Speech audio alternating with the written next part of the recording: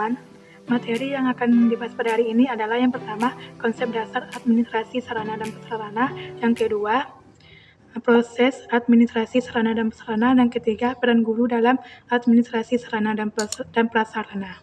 Materi yang akan dibahas pertama adalah konsep dasar administrasi sarana dan prasarana. Administrasi sarana dan prasarana pendidikan adalah seluruh proses kegiatan yang direncanakan dan diusahakan secara sengaja dan sungguh-sungguh, serta pembinaan secara kontinu terhadap benda-benda pendidikan agar senantiasa siap dipakai dalam proses belajar mengajar, sehingga proses belajar mengajar semakin efektif dan efisien, guna membantu tercapainya tujuan pendidikan yang telah ditetapkan. Yang kedua adalah proses administrasi sarana dan prasarana. Yang pertama kita bahas adalah perencanaan.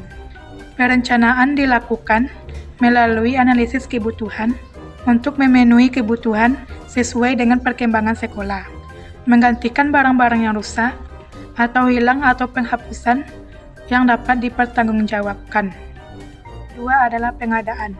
Pengadaan sarana dan prasarana pendidikan adalah tindak lanjut dari kegiatan perencanaan sarana dan prasarana yang telah ditetapkan dalam musyawarah antara Dewan Guru. Dan yang ketiga, inventaris. Inventaris adalah kegiatan melaksanakan pengurusan, penyelenggaraan, pengaturan, dan pencatatan barang-barang yang menjadi milik sekolah menengah yang bersangkutan dalam semua daftar inventaris barang. Yang keempat, penyaluran. Penyaluran adalah kegiatan yang menyangkut pemindahan barang dan bertanggung jawab dari instansi atau pemegang yang satu kepada yang lain.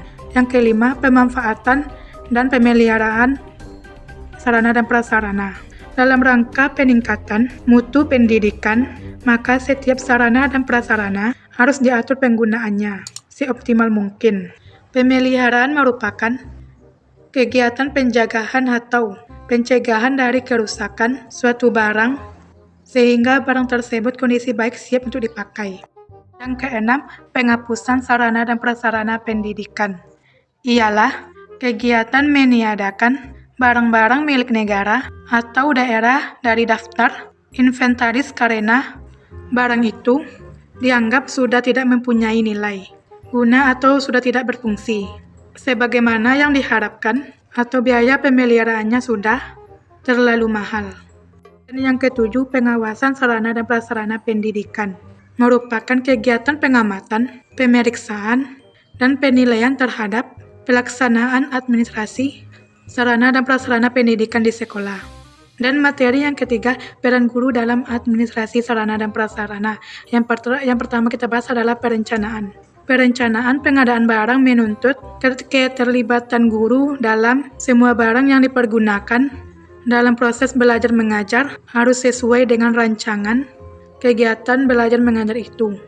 Yang kedua, pemanfaatan dan pemeliharaan. Guru harus dapat memanfaatkan segala sarana seoptimal mungkin dan bertanggung jawab penuh terhadap keselamatan pemakaian sarana dan prasarana pengajaran yang ada.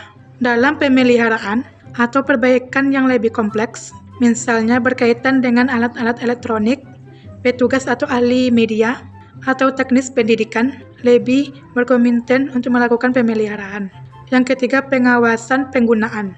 Apabila sarana dan prasarana pendidikan itu digunakan oleh guru dan siswa di kelas, maka tugas guru adalah melakukan pengawasan atau memberikan arahan agar siswa dapat menggunakan atau memakai sarana dan prasarana pendidikan itu sebagai semestinya. Baiklah teman-teman, sampai di sini dulu materi yang dapat saya sampaikan. Tadi saya mulai dengan salam, sekarang kita tutup dengan membacakan Assalamualaikum warahmatullahi wabarakatuh. Sampai jumpa lagi teman-teman.